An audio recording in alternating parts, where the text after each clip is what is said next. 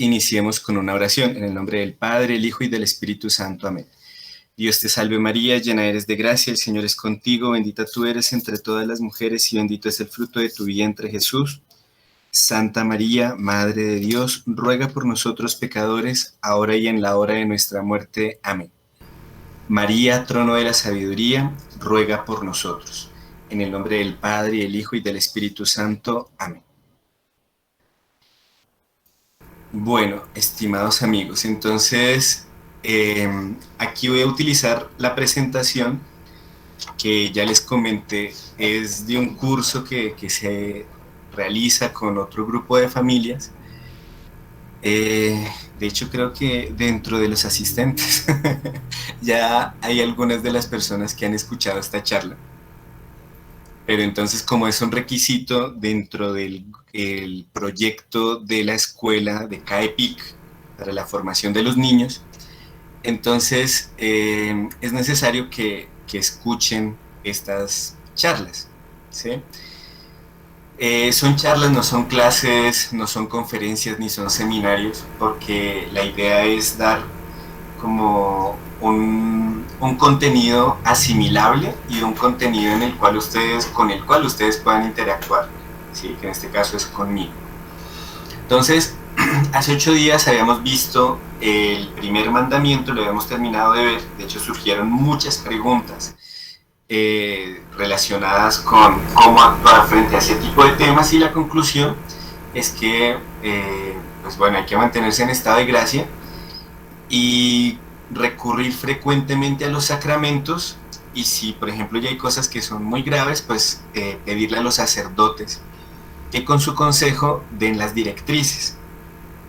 Entonces cuando se refieren a esos temas que hacen relación al primer mandamiento, a los pecados que van contra el primer mandamiento, entonces bueno, conviene hablar con los sacerdotes, porque ya ellos dan los consejos prácticos y eficaces para combatir ese tipo de cosas. Pero por el momento a nosotros que nos toca mantenernos en estado de gracia y frecuentar los sacramentos. Ese día no terminamos la presentación y quedamos en deuda con hacer la presentación del aspecto de la educación en la familia. Entonces, esta parte se les ofrece a ustedes como una serie de consejos y guías.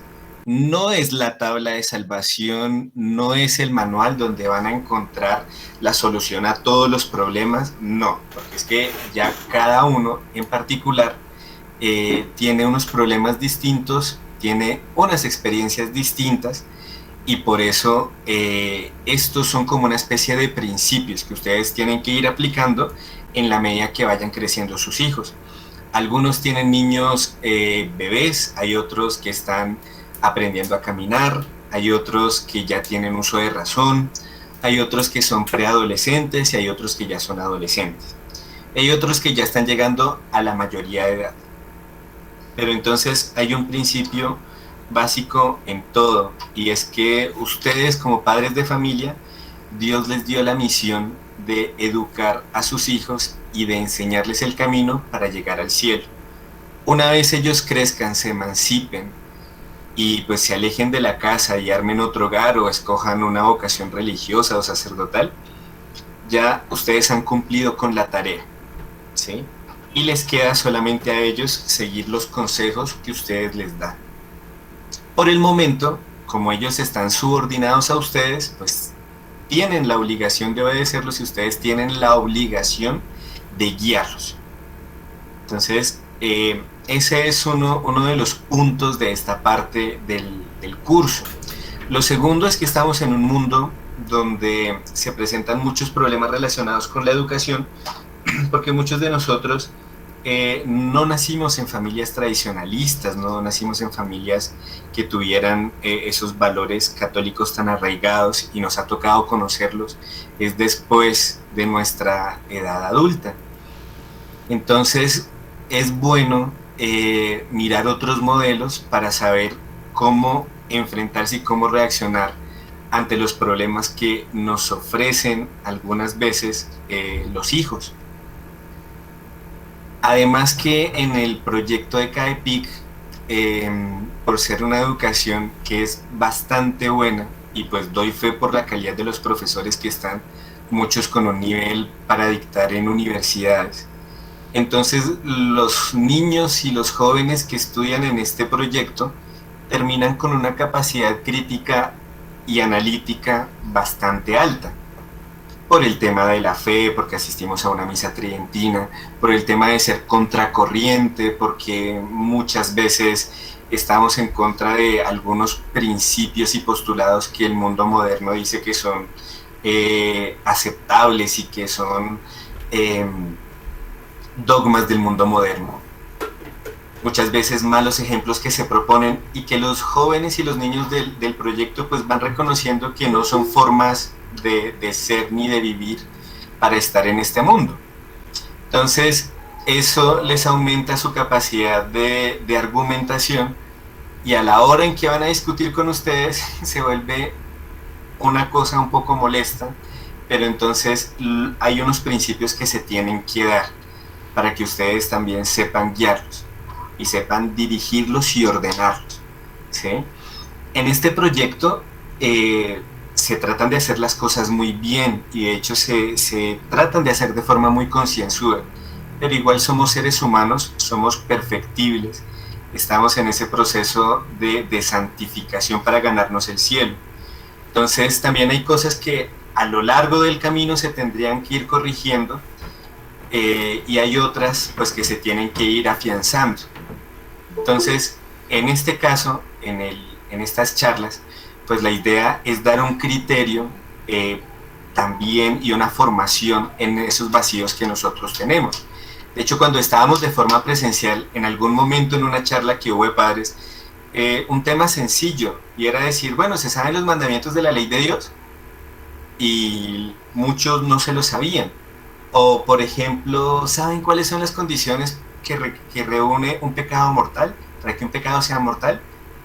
Y a veces no se sabían. Entonces es necesario que se conozcan esos rudimentos básicos, pero también que eso vaya anclado con estrategias que nos ofrece la psicología moderna para poder llevar a cabo la educación.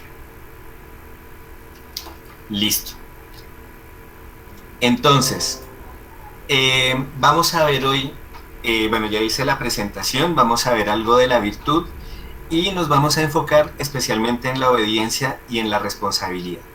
Entonces, bueno, ya habíamos dicho que la familia es esa cuna donde nace y se desarrolla una nueva vida, donde está esa vida que necesita cuidados y educación. Y ese es el deber fundamental de ustedes como papás. Dios les da a ustedes esa misión en el momento en que engendran a los hijos. Habíamos visto como uno de los problemas que a veces los papás idealizan los hijos, y a veces cuando se idealizan los hijos se cometen muchos errores porque se cree que ellos no van a cometer algún error o que ellos siempre van a ser absolutamente buenos. Entonces acordémonos que nosotros tenemos el pecado original. ¿Alguien sabe qué es el pecado original?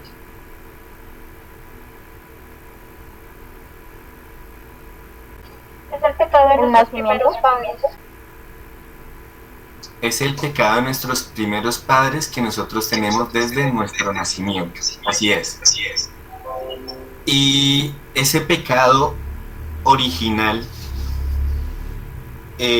o sea, ¿cuál fue el pecado que cometieron Adán y Eva? La desobediencia a Dios. La desobediencia a Dios. Ese fue el pecado de Adán y Eva, desobedecer a Dios. Entonces, claro, el buen Dios les había dado el paraíso con los árboles, y entonces el buen Dios les dijo, bueno, solamente de un árbol no pueden comer, que es el del árbol de la ciencia del bien y del mal. Y el error fue que prestaron oídos a la serpiente, y la serpiente indujo a Eva indujo a Adán, y por eso Dios desterró a Adán y Eva del paraíso, porque tanto Adán y Eva fueron culpables. ¿Sí?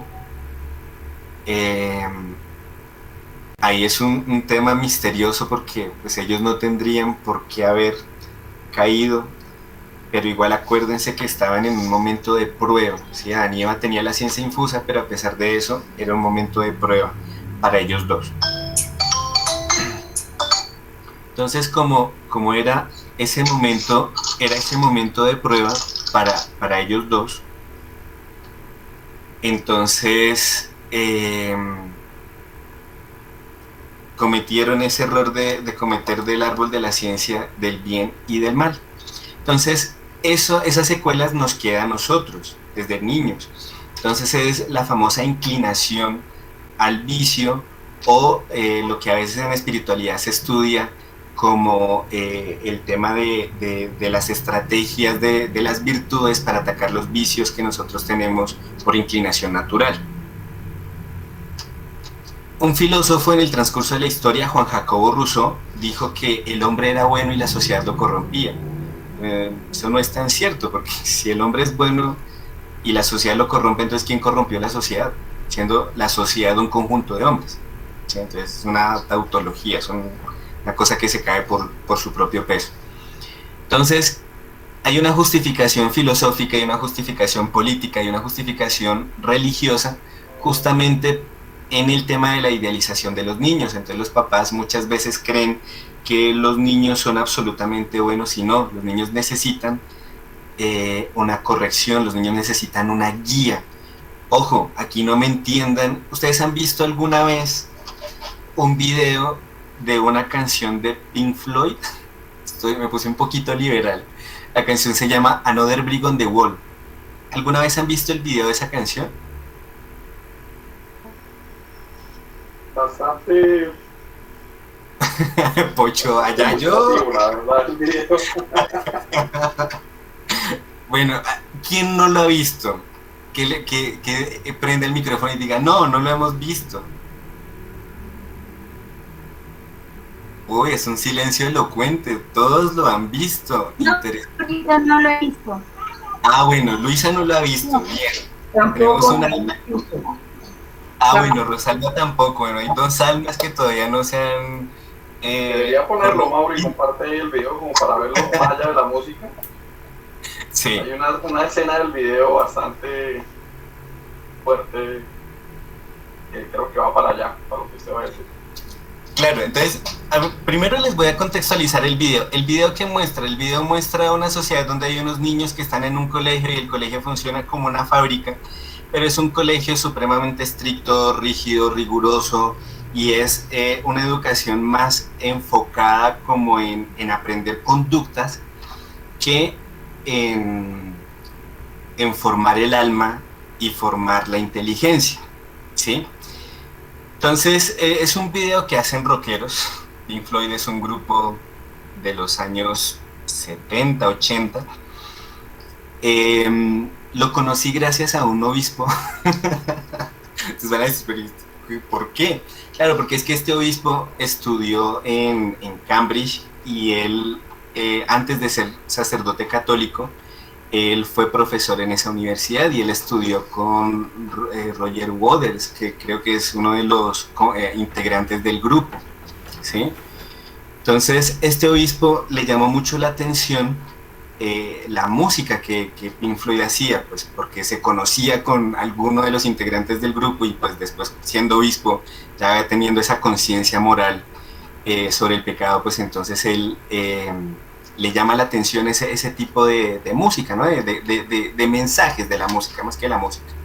Entonces, él en un curso que se llamaba el curso de Humanidades, unas jornadas de humanidades, por allá en el año 2011, él decía que los rockeros, por medio de esa música, lo que hacían era expresar inconformidades que tenían con el mundo en el que ellos vivían. Claro está que lo hacían sin poner a Dios de por medio y exacerbando las pasiones, pero que entonces era interesante escuchar las críticas que hacían al mundo. Entonces, ¿qué hacían estos rockeros? Pink Floyd, ellos criticaban esa sociedad donde solamente se imponía una educación de corte lancasteriano, una educación donde predominaba la disciplina, el estudio, pero todo sin esa alma que es Dios. ¿Mm? Entonces, Monseñor nos decía que era interesante ver en este tipo de obras, tanto en la literatura como en el cine y como en la música, como por ejemplo esta canción de Pink Floyd, en ese video de Another Brick on the Wall, se mostraba una sociedad sin Dios, pero hacía falta otra cosa, que de pronto es lo que Pocho me está queriendo inducir a que muestre, y es que hacía falta la familia. El niño que aparece en ese video es un niño donde sus papás no están. El papá irónicamente es un rockero que al parecer ha abandonado a su mamá, y el peladito pues está sin un rumbo. Y los que lo educan son personas que a su vez no tienen un valor de lo que es la educación en Dios, y por eso es una educación rígida. Entonces, bueno, ¿por qué les hablé de este video? Porque muchas veces cuando uno habla de que es necesaria la guía y la corrección en los niños, eso es lo primero que uno se imagina. Porque en el mundo moderno en el que vivimos casi siempre se nos dice que hay que educar con amor, que hay que educar sin castigar. Sí, es cierto. De hecho, el principio de nuestra fe católica es el amor, porque no por nada nuestro Señor permitió que lo clavaran en una cruz y que hasta la última gota de sangre fuera derramada por amor a nosotros. Pero entonces, en el caso de la educación de los hijos, el amor también va acompañado de la corrección y de la guía, porque los niños, volvemos otra vez a lo mismo, y nosotros mismos tenemos inclinaciones al pecado, y todos lo hemos sentido. ¿O es que acaso en el auditorio hay alguno que diga, no, yo no siento ningún movimiento hacia el pecado, yo soy completamente perfecto y la verdad es que no necesito ni de los sacramentos ni de la oración porque yo soy muy perfecto? No, de hecho hasta el momento creo que no ha existido una persona, ni siquiera San Luis Gonzaga, que nunca cometió en su vida un pecado mortal, ¿sí? Entonces todos somos perfectibles, todos tenemos inclinaciones, ¿sí? Yo el primero que estoy hablando de eso, también tengo necesidad de la gracia, tengo necesidad de la oración, tengo necesidad de los sacramentos.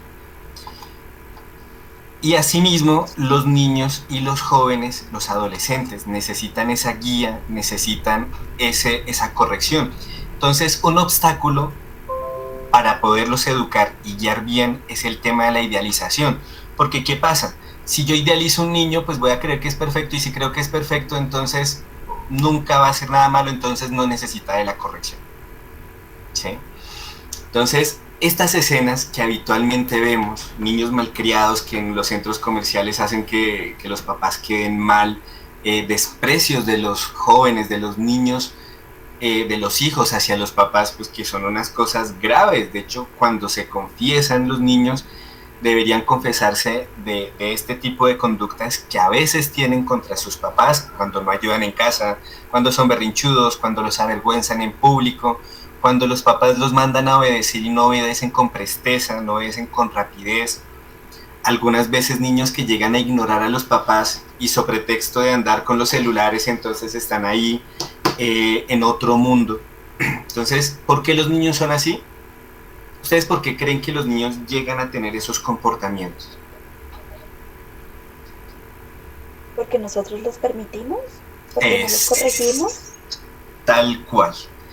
Esto ya lo decía un filósofo que era la dialéctica del amo y del esclavo. Este filósofo decía que para que haya un amo, que se necesita un esclavo. Y en este caso se invierten los papeles, porque bueno, si bien es cierto, ustedes no son amos de sus hijos, pero ustedes son los guías, son quienes les dan el sustento, son quienes les dan el techo, les dan la comida.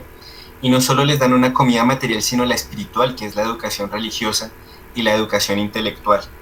No por nada ustedes están en este proyecto del colegio, porque ustedes quieren que sus hijos sean mejores, que sus hijos sean no solo buenos ciudadanos, sino herederos del cielo, que se ganen el cielo con mucha facilidad. Entonces, en este proyecto del colegio todo tiene que ir unido, tiene que ir unida la formación intelectual con la información y toda la formación moral, porque si no, entonces nos volvemos como fariseos. ¿Qué es lo que pasa con esos colegios que tienen niños con coeficiente intelectual muy alto, pero niños que de un momento a otro terminan en vicios muy graves o terminan en, en, en conductas que casi a veces los llevan al suicidio, como se ha visto en colegios, bueno, no voy a decir nombres, pero colegios de mucha fama, por ejemplo aquí en Bogotá, que tienen un nivel académico muy alto y donde entrar es bastante exclusivo por el costo de la pensión. Pero aún así en esos colegios donde se promete por el hecho de ser tan exclusivos, se promete una educación perfecta, a veces no se tiene. ¿Y por qué no se tiene? Porque es que hace falta esta parte. Entonces, en la educación, el papel principal lo cumplen los papás. Enseguida están los profesores y los sacerdotes. Pero la educación que los niños van a reflejar hacia el exterior del mundo es lo que aprenden aquí en la casa. ¿Sí? Entonces, si queremos evitar esas escenas como las que estamos viendo ahí en la pantalla, que de hecho yo creo que más de uno lo ha visto. ¿Quién no ha ido a un centro comercial y no se ha dado cuenta del peladito que hace el berrinche porque no le compran un helado en McDonald's y se lo compran en Popsi? No sé. O lo que me pasó una vez a mí, que el niño quería un Bonjour, pero resulta que en ese centro comercial por ahí no vendían Bonjour y la mamá le compró un helado súper bonito en crepes. Entonces el peladito cogió el helado y lo tiró al piso porque él quería un Bonjour. Entonces me dice, no, eso está mal. Y terrible la mamá que permita que pase eso. O por ejemplo niños que siendo todavía pues bebés, bueno no bebés, que ya están en la etapa de caminar y que aprenden, empiezan a tener el uso de razón, que empiezan a golpear a su mamá o al papá cuando los cargan. Son escenas muy feas, los papás tienen que aprender a frenar eso, ¿sí? De hecho eso lo vamos a ver más adelante con las etapas del crecimiento y las etapas del desarrollo, que se le exige a cada niño según la edad y según el temperamento que tenga. En el Círculo de Estudios Tomistas hubo una charla acerca de los temperamentos que generó bastantes dudas, que generó bastantes reflexiones. Entonces, la idea también aquí en este curso de familias es hacer lo mismo, ¿sí? La idea es generar esas discusiones intelectuales para que ustedes pregunten, para que ustedes también se discutan a sí mismos y sepan cuáles son las estrategias que tienen que tomar. Ahora bien, San Pío X, y por eso aparecía en esta imagen, decía que la santidad de los niños está en la obediencia. A los niños no les piden virtudes de otro tipo. El niño para santificarse tiene que ser obediente con sus padres. Y por eso San Pío X no por nada es santo y no por nada es el patrono de la congregación de la cual nosotros recibimos los sacramentos, que es la fraternidad sacerdotal San Pío X. San Pío X decía que la santidad de los niños está en la obediencia. Entonces, la obediencia va muy interrelacionada, tiene una comunicación profunda con otra virtud, si lo podemos decir así, que es la responsabilidad. Pero entonces, ¿qué se necesita para llegar a la responsabilidad? Necesita decisión, que los niños se decidan a lanzarse a ser obedientes y responsables. Pero antes necesitan una motivación. ¿Esa motivación cuál es? Pues que ustedes les estructuren bien qué es lo que quieren de ellos. ¿Por qué? Porque los que han tenido relación con el ámbito castrense, con los militares, con esta formación de milicia, se han dado cuenta que muchas veces las órdenes tienen que ser claras, porque si una orden no es clara, se termina muriendo todo un batallón. ¿Se imaginan un comandante que no sepa dar una orden y termine mandando a un grupo de gente por allá a la boca del lobo sin una protección, sin algo donde les asegure que ellos pueden salir victoriosos? Pues es terrible, ¿sí? Por eso en el transcurso de la historia hemos visto a grandes hombres como Alejandro Magno, a Julio César, Napoleón. No estoy hablando de sus virtudes morales, ¿no? Porque bueno, ya entraremos a discutir otro tema. Pero en cuanto a que eran jefes, y eran jefes muy buenos, Se caracterizaban porque eran hombres que sabían dar órdenes y sabían dar el ejemplo a sus subordinados. Entonces, en este caso, ustedes como padres de familia, el papá y la mamá son los comandantes de las casas y los hijos hacen parte de ese batallón donde ellos tienen que adherirse a las decisiones y a las órdenes que ustedes dan, todo porque en beneficio del bien común. Acuérdense lo que dice nuestro Señor en el Nuevo Testamento. No puede un reino estar en contra de otro reino, del mismo reino, porque si el reino está peleando contra sí mismo, pues es derrocado. ¿Sí? Entonces, muchas veces hay familias donde hay un mal ambiente y ya están acostumbrados a ese mal ambiente, y es porque los papás no saben dar las órdenes, los hijos no saben obedecer, y hay un ambiente de discordia constante. Entonces, no, ya es hora en que cambiemos esas costumbres tan feas. Y la idea es que las casas se vuelvan como esos oasis, y necesitamos que la casa se vuelva un oasis, porque el mundo al que se van a enfrentar los niños es un mundo terrible, sino más el mundo al que nos estamos enfrentando nosotros, que ya somos adultos. Es un mundo que nos cuesta, es un mundo difícil, es un mundo malo. Ahora imagínense el mundo que les va a tocar a sus hijos, a sus adolescentes. Entonces necesitamos que las familias en este momento se vuelvan esos oasis donde los niños y los adolescentes se refugien, que en lugar de buscar al amigo, en lugar de buscar a la amiga para que les den un consuelo, que busquen al papá, busquen a la mamá, busquen a los hermanos. Busquen ese refugio en la familia. Un niño que vive en una familia donde tiene seguridad es un niño que va a ser fuerte durante toda su adolescencia y durante su edad adulta. Y aunque tenga los problemas más grandes del mundo, va a tener una firmeza psicológica tan grande que no se va a derrumbar con nada. Pero entonces él, ¿dónde va a aprender a ser fuerte? ¿Dónde va a aprender a tener esa fortaleza mental? En la casa.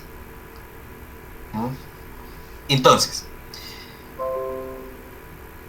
la obediencia, ese binomio obediencia-responsabilidad, tiene unos componentes. Entonces, primero está comprender la tarea, aceptar la tarea, terminar la tarea.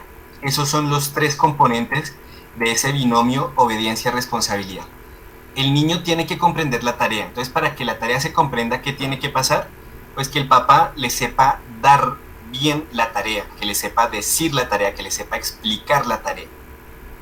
Que haya un orden en la casa, que haya unas reglas en la casa, ¿sí? Entonces una regla puede ser que al desayuno el niño lava los platos y a la hora del almuerzo él pone los platos sobre la mesa.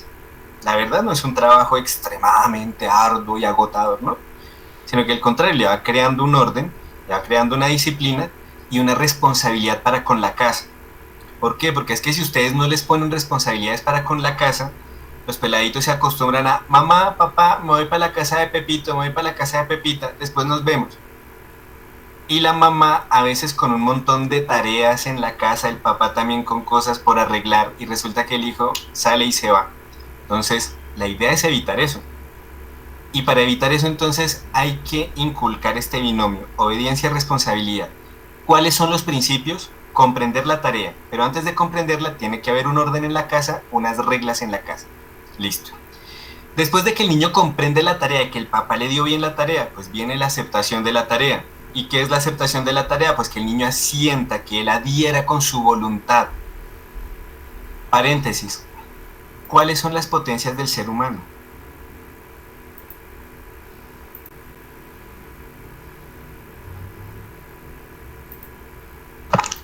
La memoria, el entendimiento y la voluntad. La memoria, el entendimiento y la voluntad. Bueno, esa es la definición que da el padre Faría en el curso de filosofía. Pero estrictamente las potencias del hombre son dos, la inteligencia y la voluntad. Esas son las dos potencias del hombre. La memoria hace parte de uno de los sentidos internos. Acuérdense que el ser humano, desde la psicología atomista, tiene unos sentidos externos. ¿Cuáles son los sentidos externos?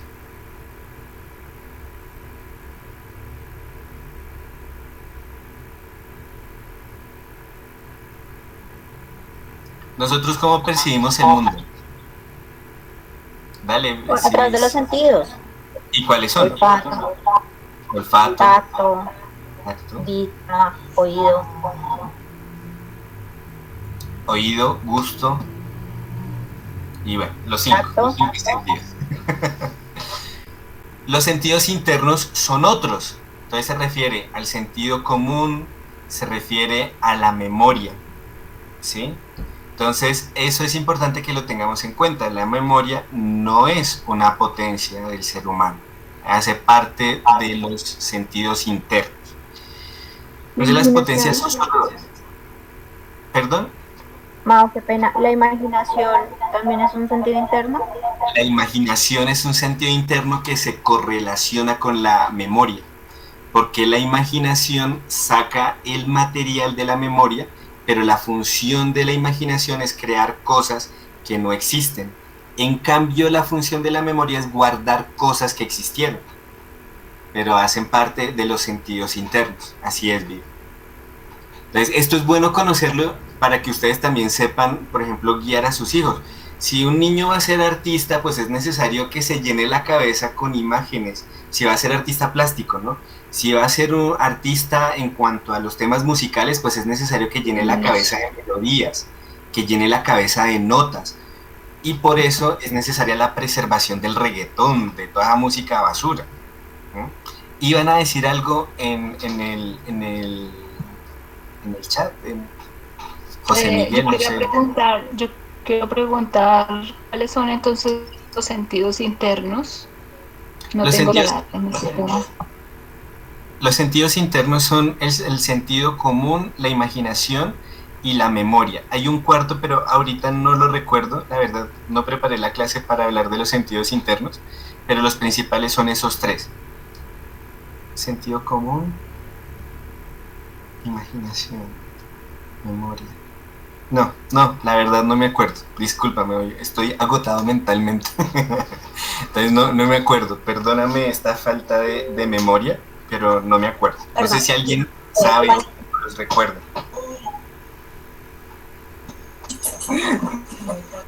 Alonso, no sé si los recuerda, no sé.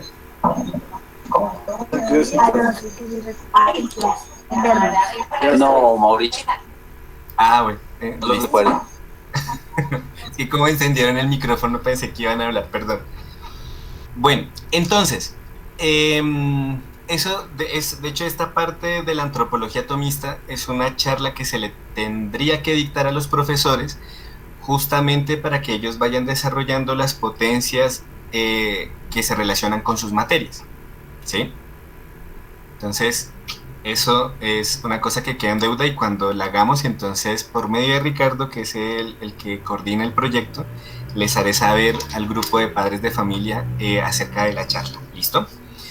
Pero entonces, bueno, esto es para ilustrar que es necesario que el niño entonces acepte la tarea adhiriendo su voluntad, ¿sí? Porque él ya conoce, cuando comprende, se le ilumina la inteligencia.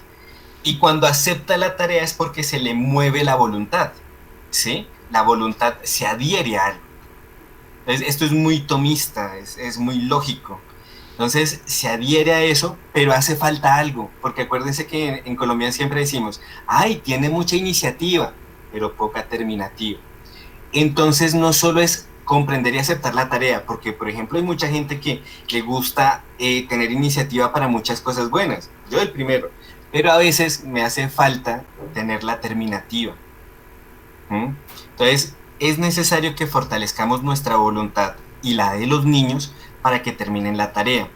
Hay unas edades propicias para que los niños aprendan a terminar las tareas. De bebés no, porque es que de bebés es difícil. Cuando están en los primeros años, cuando aprenden a caminar, ahí hay un grado en que se les tiene que empezar a poner obstáculos, unos tipos de juegos para que ellos se vuelvan independientes y aprendan a ser, ¿cómo se llama? Animosos y que quieran tender al éxito. Y después eso va variando la dificultad y el grado de la tarea con la medida en que van creciendo, ¿sí?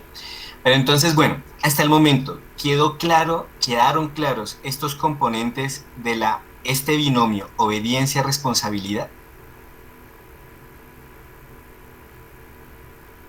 Sí, señor. Listo, ahora yo les hago una pregunta. ¿La obediencia y la responsabilidad son lo mismo?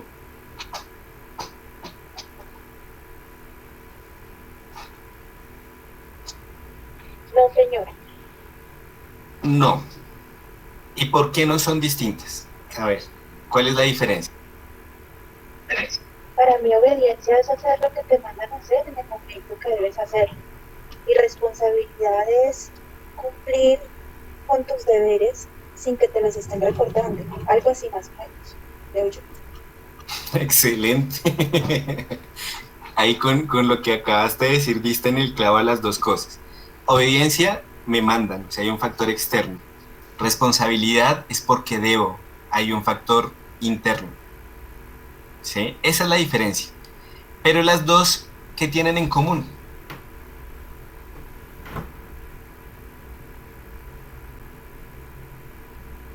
Que tiene que hacer algo porque tiene que hacerlo o porque se lo ordena. Tal cual. Hay que cumplir una labor. En eso tienen convergencia la obediencia y la responsabilidad. Es como una onda. Se unen, se alejan, vuelven y se unen, vuelven y se alejan. Se alejan en que uno es intrínseco, el otro es extrínseco, la motivación es intrínseca y extrínseca. Pero en lo que convergen es en la realización de una obra, la realización de una tarea, el cumplimiento de un deber. ¿Sí? Entonces, por eso estamos hablando hoy de estos componentes de la obediencia, responsabilidad. Bien. Entonces, sigamos más adelante. Ya hicimos el ejercicio de identificación de la responsabilidad. Entonces, les pido que por favor me digan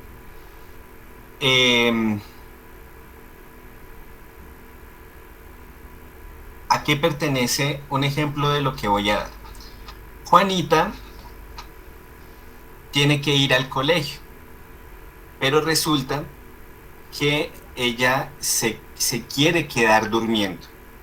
La mamá le dice, Juanita, tienes que ir al colegio. Juanita accede a ir al colegio porque la mamá se lo ordena. ¿Eso hace referencia a qué? ¿A la obediencia o a la responsabilidad? Hasta ahí la obediencia. A la obediencia. Todos estamos claros en eso. Pepito. Pepito es un niño que todas las noches, a las 7 de la noche, una vez acaban de rezar el rosario, se va para su cuarto, saca el cepillo, el betún, sus zapaticos, pone un periódico en el piso y empieza a lustrarlos. Pepito le pregunta Juanita, le dice Juanita, Pepito, ¿quieres que juguemos en la computadora? Pepito le dice, bueno, si nuestros papás nos dan permiso, sí, pero primero voy a cumplir con esto que me enseñaron mis papás. Lo que está haciendo Pepito, ¿a qué corresponde? ¿A la responsabilidad o a la obediencia?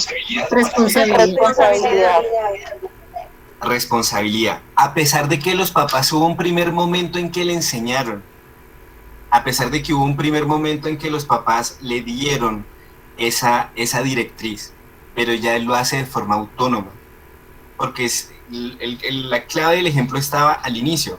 Cuando terminaron de rezar el rosario, él se levantó, sacó sus cosas y empezó a lustrar los zapatos, alistó el uniforme y ahí sí se fue a jugar con la hermana. Pero resulta que por el camino la mamá le dice, bueno, pero es que ya estas no son horas de jugar, ustedes tienen que irse a dormir porque mañana tienen que madrugar al colegio. Ellos van y se acuestan. Juanita porque la mamá le da una orden y le toca cumplirla. Pepito porque él ya está acostumbrado a dormir a esa hora. En la intención de Juanita y en la intención de Pepito, ¿cuál tiene responsabilidad y cuál tiene obediencia?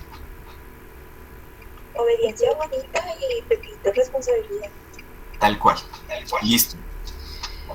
Entonces, bueno, ustedes dirán, Mauricio, pero esos ejemplos son muy tontos. Sí, son tontos. Pero es que es necesario hacerlos, porque es que a veces no se identifica la responsabilidad de la obediencia. Entonces, aquí es necesario que se hable de eso. ¿Por qué? Porque nuestros niños en el proyecto del colegio tienen que aprender a ser obedientes, pero también tienen que aprender a ser responsables. ¿Por qué? Porque los niños en este proyecto están en un ambiente que es muy bueno, es un ambiente muy sano, es un ambiente que les proporciona todas las herramientas para crecer espiritual, social y materialmente. El problema es cuando ellos llegan a la época universitaria, cuando ya salen del proyecto. Entonces nosotros necesitamos que no solamente sean niños obedientes, sino que también tengan una obediencia virtuosa. Y la obediencia virtuosa, pues en términos modernos le llamamos responsabilidad, ¿no? Que si llega un momento en que les ofrecen algo que no deberían consumir, ya sea en licores, ya sea en psicoactivos, que ellos aprendan a decir no. Y que aprendan a decir no porque mi mamá no está y es que mi mamá si me llega a ver me regaña. No. Primero hay un Dios que ve más que la mamá y ve más que el papá. Y Dios nos ve en todas partes. Eso hay que inculcarle en ellos. Pero entonces, ¿eso cómo se inculca? Las palabras se las lleva el viento, como dice aquella salsa. Y hay un dicho que dice, las palabras conmueven, pero el ejemplo arrasa. De hecho, José Antonio aquí se puede acordar quién nos dijo alguna vez o quién se la pasaba diciéndonos ese dicho. Es un sacerdote, el padre Labuche, y él siempre decía ese dicho: las palabras conmueven, pero el ejemplo arrasa. Y es muy necesario eso, traerlo a colación aquí con ustedes, porque los niños tienen que aprender no solo con la teoría que se les da, sino con el ejemplo que ven en la casa, ¿sí? Entonces, hay unas épocas del crecimiento donde los niños ven a los papás como unos superhéroes y son como lo único que puede existir de modelo en la vida. Entonces, ahí ustedes tienen que aprender a explotar eso para que sigan siendo, hasta la edad en que ellos ya se emancipen y se vayan de la casa, la edad en que se casen o se vayan de sacerdotes o de monjas, los sigan viendo a ustedes como modelos de virtud y de perfección. ¿Sí? Entonces, básicamente, la charla de la noche de hoy fue proponerles el problema. Después de proponerles el problema, decirles cuáles son las herramientas. Después de eso, de las herramientas, explicar un poco cuáles son los componentes de este binomio responsabilidad-obediencia. ¿Alguien se acuerda de cuáles son?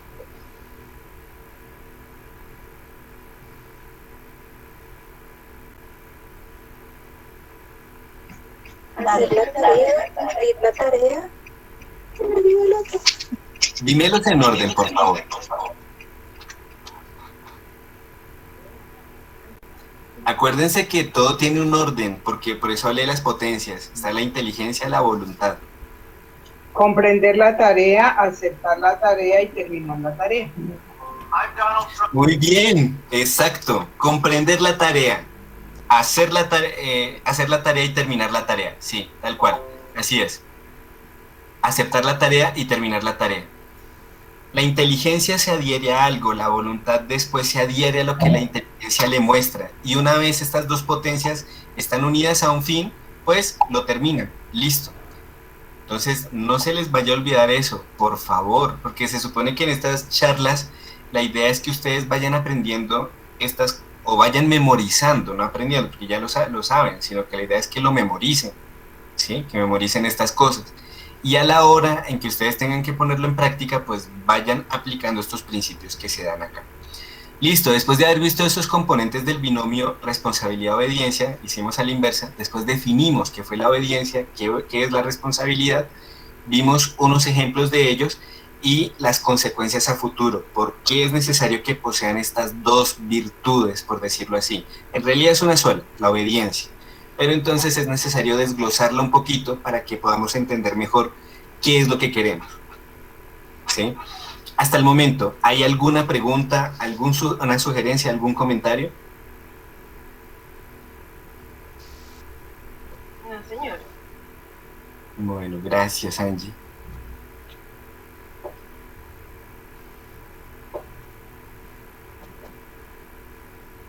Bueno, ustedes creo que no tienen preguntas.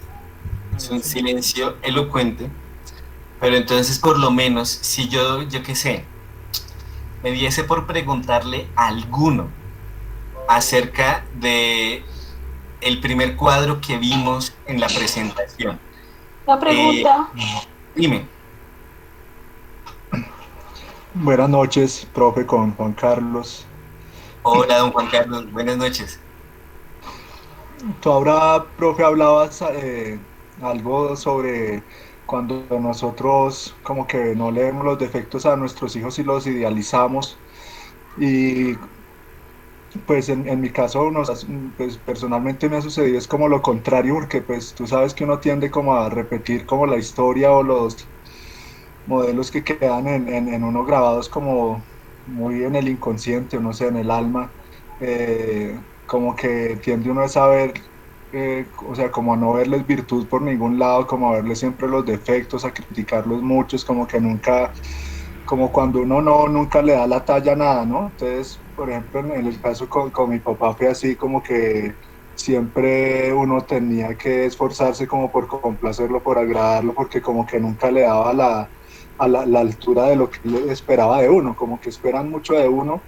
Entonces, a mí me pasa eso con mis hijos, como que quisiera verlos de pronto más como mejores personas, más perfectos, más virtuosos, no sé, y los veo de pronto a veces tan humanos, con tantos defectos. Entonces quisiera saber qué efectos podría producir en ellos esa actitud, y también cómo corregir eso. No sé, cómo de pronto puede ser orgullo, soberbia, como querer uno, si de pronto si uno fuera más humilde estaría contento de cómo son, ¿no? Don Juan Carlos, oiga, muchas gracias por su sinceridad. y sí, bastante interesante lo que usted plantea ahora, porque me hizo acordar de sí, algunas cosas que en algún momento, en algunas clases, en esos temas, escuché y vi, ¿sí? Entonces, hay que mantener el justo medio. Acuérdense de lo que decía Aristóteles. Aristóteles decía que la virtud está en el medio, ¿sí? Una virtud es una repetición de actos buenos, un vicio es una repetición de actos malos. Pero en esencia un hábito es una repetición de actos. Y la virtud se caracteriza por estar en la mitad. Es prudente, es medida. Entonces, con respecto a los hijos, es bueno exigirles siempre lo más, pero también hay que tener en cuenta que usted lo puede ver en otros niños, en otros hijos, y usted puede poner como la capacidad del juicio a ponderarlos, ¿sí? Y darse cuenta que los hijos que usted tiene pues son bastante buenos. Siempre todos somos perfectibles. Aquí en esta vida nadie es perfecto. Por más virtuoso que sea, insisto, por más que uno sea San Luis Gonzaga, siempre va a tener algún defecto. Pero entonces sí hay que mantener un justo medio, porque el problema es que si se hace, por ejemplo, con rudeza, se puede exasperar a los hijos. Si se hace con mansedumbre, si se hace con cierto tacto, los hijos se vuelven perfeccionistas, se vuelven muy rigurosos.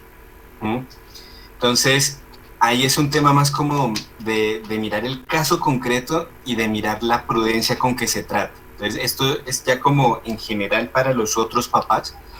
Si quieren que los hijos sean buenos en lo que deben hacer, es excelente, es laudable y de hecho es muy bueno que lo hagan. que acostumbren a los niños no solo a hacer la tarea, sino a terminarla bien. Ay, mamá, ya terminé. Sí, terminó, pero pues la verdad quedó mal coloreado, quedó todo tachoneado, quedó feo. La verdad, yo voy a imprimir otra hoja para que usted haga de nuevo la tarea. Pero entonces el niño viene con una obra como si fuera Fray Angélico y hace una obra perfecta, hace una obra muy buena. Y el papá le dice, no, quiero que sea mejor. Ahí no, ahí hay que tener como la prudencia de darse cuenta que se le pueden exigir otras cosas, pero si la tarea ya quedó terminada, quedó bien hecha, por el contrario, hay que felicitarlo. A veces es necesario que se lo felicite. Pero ojo, aquí hay que tener en cuenta el tema del temperamento, porque si por lo menos yo me acostumbro a felicitar y a alabar mucho a un colérico, el colérico se me va a volver soberbio y entonces va a decir, mira, yo la tengo clara, papá, o no me puedes decir nada, no. Entonces, ahí hay que tener cuidado. Pero por ejemplo, si es un melancólico que tiene las emociones vívidas y las tiene ahí pulpitas, entonces al melancólico sí conviene felicitarlo y decirle que lo puede hacer mejor y que siga así, ¿sí? Pero entonces esto es un arte. La educación, como hoy en día se concibe, es una ciencia. De hecho, en las facultades se habla de las ciencias de la educación. Pero entonces, en cuanto a educar los hijos, es un arte, porque no es lo mismo educar a unos que son coléricos y a otros que son melancólicos y a otros que son sanguíneos y a otros que son flemáticos. Y por más que todos tengan el mismo ADN, por más que tengan el mismo material genético, los niños en cuanto al temperamento son distintos. Hay familias donde uno ve un niño que es un terremoto, que es un huracán, así, va de un lado para otro. Y resulta que la hermanita es un angelito, como una estatua. Y uno dice, pero ¿cómo así? Son del mismo papá, el mismo mamá, la misma mamá. ¿Por qué? Bueno, porque tienen temperamentos que son distintos y ya eso hace referencia al alma y al tema del sistema nervioso, ¿sí? Es un tema ya más innato.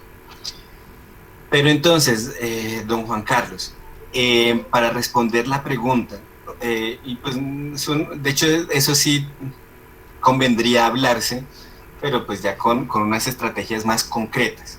Porque aquí el caso que propone está in genere, está así muy amplio, entonces pues la respuesta es bastante amplia. Pero sí convendría después, bueno, en algún momento que tengamos la oportunidad de charlarlo y mirar eso, pues mirar cómo las estrategias, a ver, y si en realidad usted es como tan exigente así, puede ser que no, puede ser que usted sea una persona muy condescendiente. Entonces, eso tendríamos que mirarlo después. Pero entonces a lo que usted propone aquí, de que a veces los papás quieran ser muy exigentes con los hijos,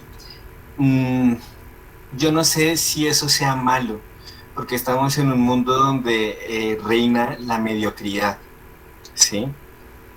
Y nos damos cuenta en los ámbitos laborales, en los ámbitos sociales, nos damos cuenta que eso es como el pan de cada día y que a veces esas mediocridades de algunas personas afectan a otro grupo o a alguna persona en particular. Entonces, es bueno exigirles, pero hay que tener cuidado con curtirlos, ¿sí? Porque si se llega, estoy utilizando una expresión pues que es muy coloquial, ¿no? Pero hay que tener cuidado con sobrecargarlos y con llevarlos a un quiebre donde ellos no lleguen a creer en sí mismos. Aquí lo principal es que ellos hacen las cosas porque tienen que ganarse el cielo, tienen que llegar a ganarse la patria del buen Dios. Y todo lo demás viene por añadidura. No sé si va a decir algo Juliet.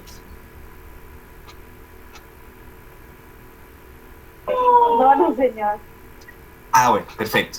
Entonces, ese es el principio, ¿sí? Que todos estamos ordenados a conocer, amar, a servir a Dios en esta tierra y por medio de ello ganarnos el cielo. Eso es lo principal.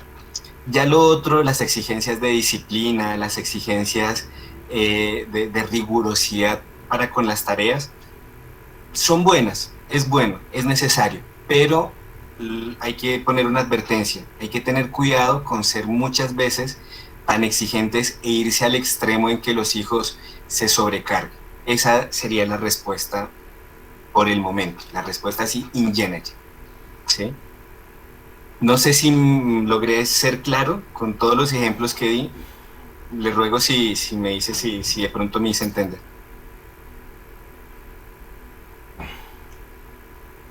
Sí, señor, sí, profe, muchas gracias. Bueno, don Juan Carlos, perfecto. Gracias a usted por poner ese ejemplo tan interesante. ¿Alguien más quisiera hacer alguna pregunta, a proponer alguna duda, alguna sugerencia? De hecho, en algún momento yo hablaba con una persona y entonces esta persona me decía, pero es que yo creo que si yo educase hijos sería muy exigente, yo sería muy brava, yo no sé, y me decía, yo no sé si sea capaz como de tener este tipo de responsabilidades. Entonces yo le decía, pero es que a veces es necesaria una persona en la familia que sea exigente, que ponga la disciplina, porque los hijos que se crían en ambientes así tienden a tener un nivel de frustración más alto que el de los otros niños. Pues son niños que muy probablemente lleguen a ser exitosos, no solo en temas materiales, sino espirituales, porque van a lograr alcanzar virtudes, van a lograr llegar a tener comportamientos que nosotros a veces por esa falta de disciplina no tenemos. Entonces, no sé, era algo que ya habíamos hablado en algún momento con esta persona y me llamaba la atención que ella decía eso. Que que le parecía terrible de pronto tener que llamarle la atención a un niño, y decía, no, es que es necesario, muchas veces es necesario. Porque es que lo que a uno no le enseñan en la casa se lo enseñan en el mundo, y el mundo es cruel, el mundo es malo, el mundo está lleno de envidia, de chismes, y es preferible que aprendan en la casa a agachar la cabeza a que tengan que hacerlo en el mundo. Es preferible que aprendan en la casa a cumplir con las tareas a que lo tengan que aprender en un ambiente de maldad, como a veces sucede en algunos trabajos. O díganme si estoy equivocado. O sea, aquí estoy hablando es como con el corazón y por la experiencia.